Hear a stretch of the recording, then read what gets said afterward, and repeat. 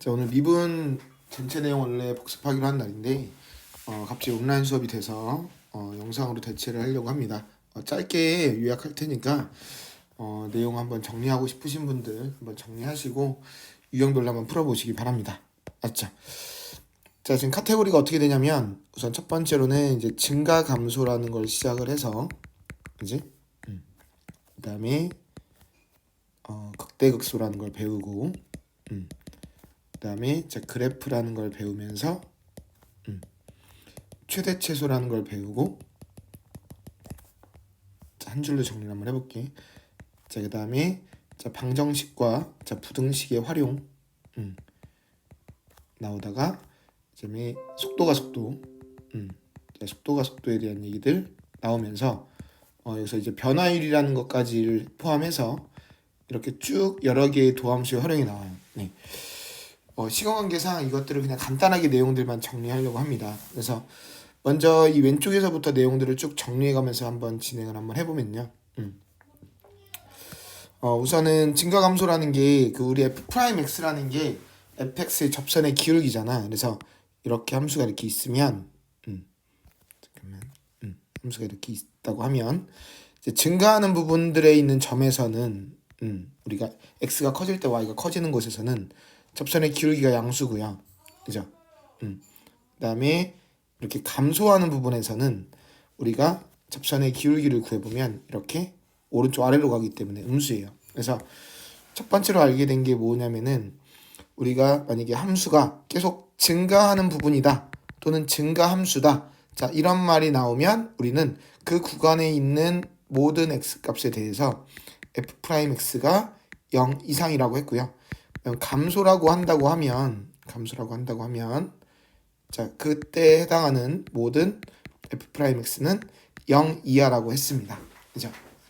그래서 순간 이게 그래프가 가다가 올라가다가 멈칫하고 다시 올라가는 이런 부분들이 있기 때문에, 또는 내려가다가 멈칫하고 다시 내려가는 부분이 있기 때문에 우리가 f'x가 0인 부분에서도 증가하고 감소하는 부분이 일시적으로 생길 수 있습니다. 그죠? 자, 그래서 우리가 주로 이제 3, 4차 함수에서 증가 감소가 나오면 어쨌든 f'x가 0 이상이다, 0 이하이다를 풀어야 되기 때문에 주로 미분한 함수 f'x는 2차 함수가 주로 많이 나와요. 3차 함수를 많이 물어보니까 결국은 요 부분에서 우리가 문제가 이제 막히는 부분들이 생긴다고 하면 거의 다 이제 부등식 쪽에서 문제예요. 그죠? 그래서 주로 이제 2차 부등식 쪽과 관련된 부분들에 대해서 공부를 해야 될 필요가 있습니다. 알았죠? 자, 저게 저 내용 끝이고요. 자, 그 다음에 극대극소라는 내용이 어떤 내용이냐면은 함수가 이렇게 증가하다가 증가해서 감소로 바뀌고 또는 감소해서 다시 증가로 바뀌게 될 때 우리가 이렇게 증가해서 감소로 바뀌는 부분을 우리가 극대, 그다음에 감소해서 증가로 바뀌는 이런 부분을 우리가 극소라고 했습니다. 우선 뭐 OX 퀴즈가 나올 수 있기 때문에 극대극소는 꼭 있는 것도 아니고요. 없을 수도 있습니다. 자, 그리고 극대값은 여러 개일 수도 있고요. 극소값도 여러 개일 수도 있어요. 마찬가지로 뭐 어떤 경우가 있냐면, 그래서 그래프를 그리다 보면 어떤 극대값은 어떤 극소값보다도 작을 수도 있어요. 그죠? 극대극소가 여러 개가 있는 경우에는 어떤 극대값은 극소값보다 작을 수도 있고요. 그 다음에 미분 가능하고 불가능하고는 아무 상관이 없어요. 그래서 그래프가 뾰족하더라도 이런 데도 극대가 맞고요, 이런 데도 극소가 맞아요. 그죠? 그래서 우선 극대극소를 알아보려면 이 옆에서 우리가 증가감소를 좀 더 여러 가지로 알아봤어야 되는데, 이 증가감소를 우리가 알아보는 방법이 원래 두 가지가 있었어요. 네. 첫 번째 증감표라는 게 있었고요. 두 번째 이제 f'x의 그래프를 그려서 이용하기도 했죠. 네. 자, 이제는 뭐 서술형에는 쓰더라도 증감표를 지금쯤엔 사실은 좀 안 쓸 수 있어야 되긴 하는데, 우리가 증감표라는 건 뭐였냐면은 x, f'x, fx가 있다고 하면 이렇게 세 줄로 그려서 어떤 x값들을 써줬냐면은 f'x가 0 되는 그런 x값들마다 x를 표시를 했어요. 자, 만약에 두 개라고 한다면 자, 그 값을 알파 베타라고 한다면 점점점 좌우로 놔두고 우리가 그 점점점 밑에다가는 그 부호를 써주세요. 네, 그래서 만약에 뭐 플러스 마이너스 플러스라고 한다면 이렇게 fx는 증가 감소를 나타내기 위해서 화살표를 이용했죠. 그래서 f'x가 플러스면 우상향, 마이너스면 내려가고 플러스면 올라갔어요. 그래서 이렇게 증가해서 감소로 바뀌는 이런 순간의 점을 우리가 극대인점이라고 했고요. 감소해서 증가로 바뀌는 이런 점을 우리가 극소라고 했어요. 그죠? 그래서 여기를 F알파, 여기를 F베타라고 한 거예요. 맞아요. 그죠? 자, 이런 식으로 증가 감소를 알아보기도 했습니다. 그래서 저 증감표를 그려보면 언제가 극대인지 극소인지 이제 눈으로 알아볼 수 있었고요. 자, 또는 F'X의 그래프를 그려서 X축을 이용해서 만약에 F'X 그래프가 2차 함수인데 이렇게 됐다. 자, 이런 F'X가 있다고 하면 X축보다 위에 있는 함수값을 가지면 F'은 양수, 그 다음에 X축보다 아래에 있는 음수, 위에 있는 양수라고 해서 그 경계값을 알파 베타의 X값이라고 하면 우리가 알파보다 왼쪽에선 F'이 양수니까 fx는 증가한다고 생각을 했고요.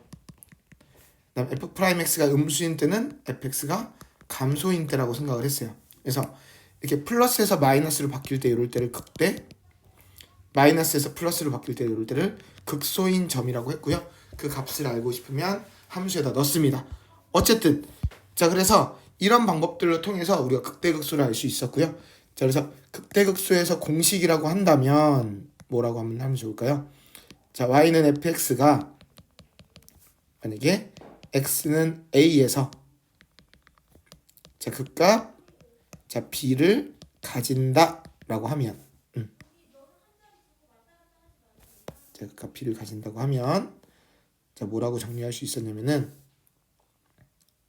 잠시만요. 자, 이때는 우리가 두 가지를 알 수 있었어야 돼요. 물론 여기서 미분 가능한 함수라는 전제 조건이 붙어야 돼요. 그거는 뭐 다항함수라는 말로 대체할 수 있겠죠. 그죠? 그래서 미분 가능한 함수일 때는 우선 f'a가 0이라는 걸 알아요. 그죠? 그 값을 가질 때는 그 좌우에서 그 부호의 변화가 생기기 때문에 무조건 0이 되겠죠. 그 다음에 그때 그 값이 b라는 거는 fa가 자 b라는 사실을 알 수 있습니다. 그죠? 자, 그래서 이 정도가 공식이고요. 나머지는 뭐 공식이 따로 없어요. 그죠? 뭐 세부적으로 유형에는 뭐 그 값을 갖도록 갖지 않도록이라고 하는데 뭐 그런 것들은 이제 뭐 유형화된 거고요. 기본적인 패턴에서의 공식은 없습니다. 그죠? 자, 그 다음에 여기까지를 쭉 잘라보면 자, 그래프랑 최대치수, 뭐 방정식, 부등식, 활용 전부 다 하나의 카테고리라고 보면 되는데요. 저런 증감표를 그리든 아니면 우리가 F'X의 그래프를 그리든 간에 저런 내용들을 통해서 우리가 fx의 그래프를 추론할 수 있었죠. 그래서 사실 미분에서 제일 중요한 건 그래프인데요. 이 그래프를 이해하지 못하는 순간 나머지는 다 문제가 됩니다. 그래서 첫 번째 우리 3차 함수 그래프가 어떻게 생겼었냐면은 좀 빠르게 정리해봐야 되는데 말이 너무 길어지네.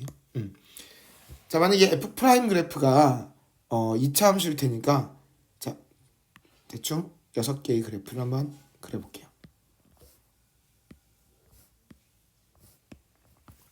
자, 이게 전부 다 f'x의 그래프라면 자, fx 그래프는 어떻게 생겼죠? 어떤 모양이냐면 자, 이 6개의 모양을 다 각각 생각해 보세요. 첫 번째 거는 f'이 모두 양수니까 계속 증가만 하는 모습이에요. 이렇게. 네. 자, 두 번째 것도 계속 양수긴 한데 순간 0인 데가 있어요. 그래서 올라가다가 잠깐 멈췄다가 이렇게 올라가요. 뭐 거의 뭐 차이는 없죠. 세 번째 거는 플러스 마이너스 플러스니까 이렇게 증가, 감소, 증가 형태를 띠고요. 그죠? 네 번째 거는 마이너스 플러스 마이너스니까 감소, 증가, 감소 모양. 다섯 번째랑 여섯 번째 건 계속 음수니까 다섯 번째 건 내려가다가 잠깐 움찔하고 내려가는 거고 마지막 건 그냥 내려가요. 네. 자, 이렇게 해서 3차 함수 모양은 이렇게 6개로 나눠져 있습니다. 근데 우리가 주로 그리게 될 그래프는 이렇게 극값이 있는 그래프들이 주로 출제가 되겠죠. 특징이 있으니까. 그래서 자, 걔네들을 이용해서 우리가 문제를 풀게 됩니다. 그죠? 자, 두 번째. 자, 4차 함수 한번 그래프를 한번 그려보면 4차 함수는 좀 더 단순화 시켜볼게요. 너무 유형이 많은데 자, 우선 x축이 있다고 하고 자, 이번에도 프라임 그래프를 그려볼게요. 자, 프라임 그래프가 자, 뭐 프라임이 3차니까 자, 크게 자, 이런 경우와 그 다음에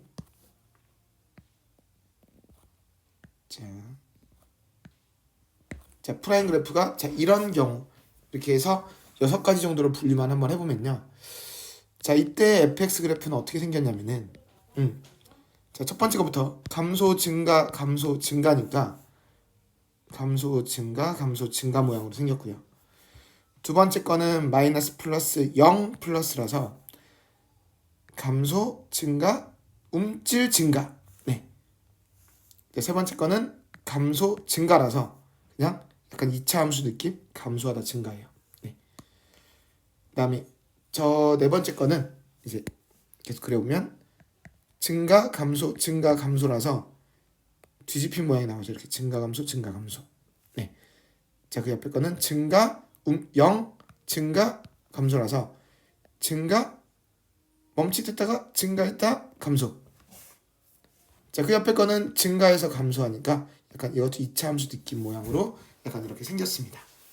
그래서 4차 함수 모양이 이 정도의 모양이 있다라는 정도는 알고 계셔야 되고요. 그래서 뭐 유형적으로는 뭐 극값을 갖지 않을 때 뭐 이런 말들이 나오죠. 네. 그래서 3차 함수 그래프에서는 이제 어떤 것들이 유형화가 돼 있냐면 이제 가운데 거 두 개가 자주 나온다고 했는데 얘네들은 극값을 가질 조건이에요. 극값을 가지는 거. 그죠?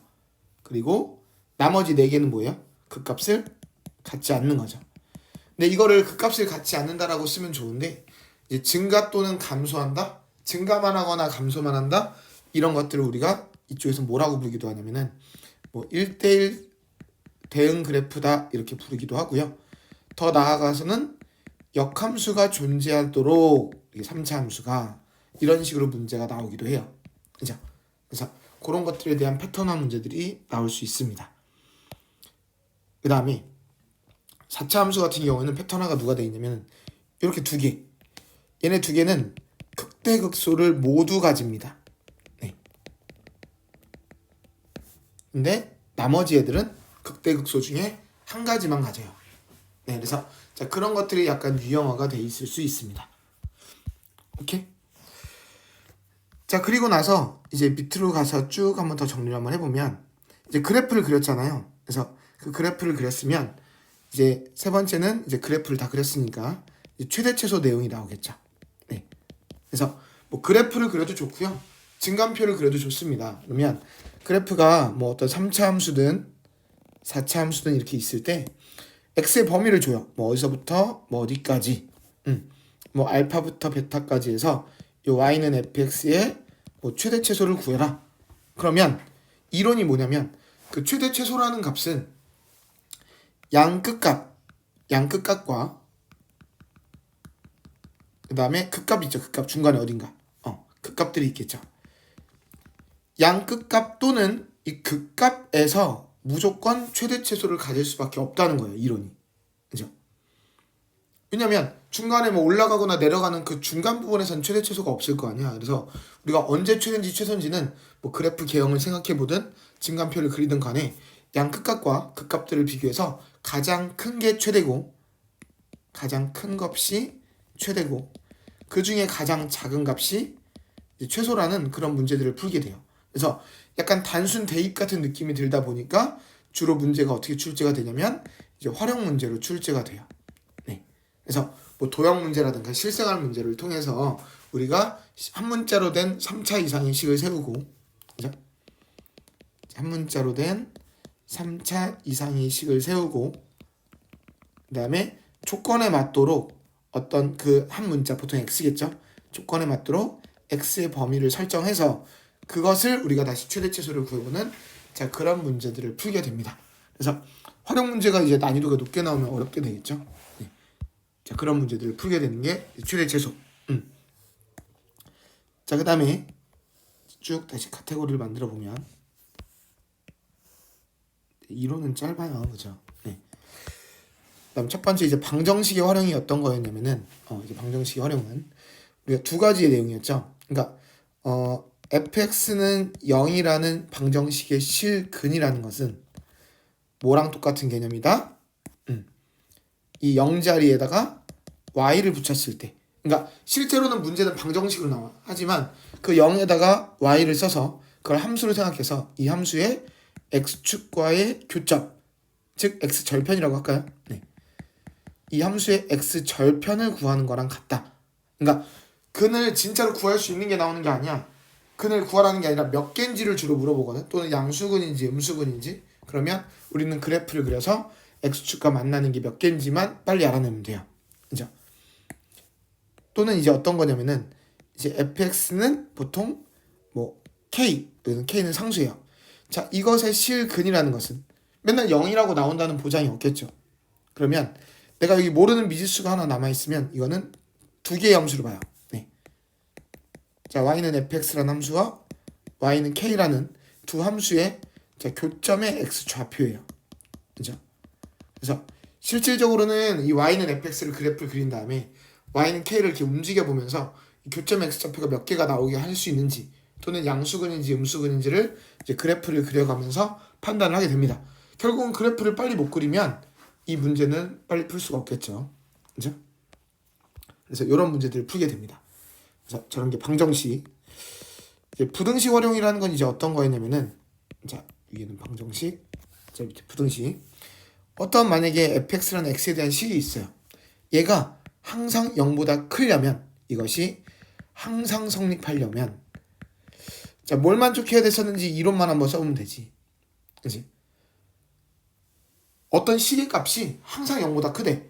그럼 가장 큰 값이 0보다 커야 될까? 가장 작은 게 0보다 커야 될까? 그치? 가장 작은 값이 0보다 크면 되겠죠. 그죠? 괜찮아요? 자, 반대로 항상 0보다 작으려면 어떤 함수값이 또는 어떤 x에 대한 식이 항상 0보다 작고 싶대. 그러면은 가장 클 때조차도 0보다 작으면 나머지는 당연히 0보다 클 거 아니야. 그치? 그래서 또 최대 최소를 못 구하면 여기를 문제를 못 풀어요. 되게 유기적으로 연결이 돼 있죠. 그죠? 그래서 부등식 내용들은 자, 이런 것들을 풀게 되는 파트입니다. 네. 자, 속도가 속도는 내용이 뭐였었냐면은 자, 위치를 자, 미분한 게 속도였고요. 자, 속도를 미분한 게 자, 가속도였죠. 네. 자, 시간은 t였고요. 시간에 대해서 미분한 것들이 우리가 속도, 가속도였습니다. 자, 위치는 주로 수평 운동을 하게 되는데 수직 운동이나 수평 운동을 하게 되는데 위치는 주로 수직선에서 운동을 하기 때문에 시간에 따른 x 좌표를 정해주는 함수라서 xt라고 썼고요. 속도는 자, v, 그다음에 가속도는 자, a라고 썼습니다. 자, 정확하게 얘기하면 여기서 얘기하는 속도는 순간적인 속도고 평균 속도가 아니에요. 그리고 이 속도라는 게 정확한 정의가 뭐냐면 이 정확한 정의를 한번 써보면 시간에 대한 위치의 순간 변화율이에요. 시간에 대한 위치의 순간 변화율. 우리 순간 변화율이 원래 미분하라는 거잖아. 그래서 그 위치를 시간에 대해서 미분한 게 속도라고 한 게 그거고요. 여기서 얘기하는 가속도도 시간에 대한 속도의 순간 변화율이에요. 네. 제가 이 얘기를 왜 하냐면 솔직히 이 말을 몰라도 되는데 이것들만 나오는 게 아니라 문제를 풀다 보면 그냥 기타 변화율이 나오잖아. 그러니까 그 변화율이라고 하는데 자꾸 순간이라는 말을 자꾸 안 써. 이게 모의고사나 수능에서는 순간 변화율이라는 말을 꼭 써야 돼 원래는. 근데 그냥 변화율이라고 써도 책에서는 그냥 미분하라는 뜻으로 그냥 약속을 해버리거든. 그러니까 앞으로 이거 말고 위치나 시간, 그러니까 위치나 속도, 가속도 말고 이걸 제외한 기타 변화율, 기타 변화율을 얘기하는 거야. 그래서 만약에 시간에 대한 넓이의 순간 변화율이라는 게 있고, 문제 풀다 보면 시간에 대한 길이의 순간 변화율이 있고요. 풀다 보면 시간에 대한 부피의 순간 변화율 이런 것들이 있어요. 네. 근데 이렇게 다 써줘야 되는데 자꾸 누굴 생략하냐면 순간이라는 말을 생략을 합니다. 자꾸. 그래서 넓이의 변화율, 길이의 변화율, 부피의 변화율, 그 순간 변화율을 구하라는 게 뭐하라는 거라고? 미분하라는 거라고. 그치? 그러니까 넓이의 변화율을 구하라 그러면 시간에 대해서 미분하라는 뜻이에요. 그래서 책에 보면 공식이 뭐라고 나오냐면 넓이가 S, 길이가 L, 부피를 대문자 V라고 했을 때 그 변화율을 기호로는 막 이렇게 써놨잖아. ds, dt, dl, dt, dv, dt 이런 식으로 써놨지. 그치? 이 말이 뭐냐면 넓이를 시간에 대해서 미분해라. 길이를 시간에 대해서 미분해라. 부피를 시간에 대해서 미분해라. 얘네들은 공식으로 기호가 없기 때문에 그냥 변화율이라는 말로 대체해서 문제가 기타 문제로 나와요. 네.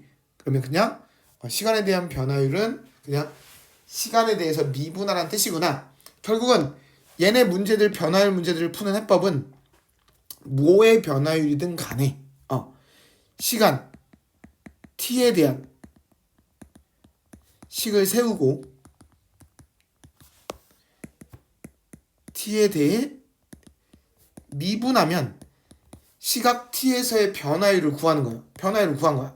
그리고 몇 초 후에 변화율을 구하라 이렇게 대놓고 나와 있거나 약간 숨겨놓을 거야. 그리고 나서 마지막에 그 t 값을 미분한 데다가 대입만 해주면 이제 완성이 되는 이런 시나리오로 도함수 활용이 마무리가 됩니다. 알았죠? 자, 이렇게 해서 도함수 활용 내용들을 한 번에 쭉 개념 정리를 한번 해봤습니다. 알았죠?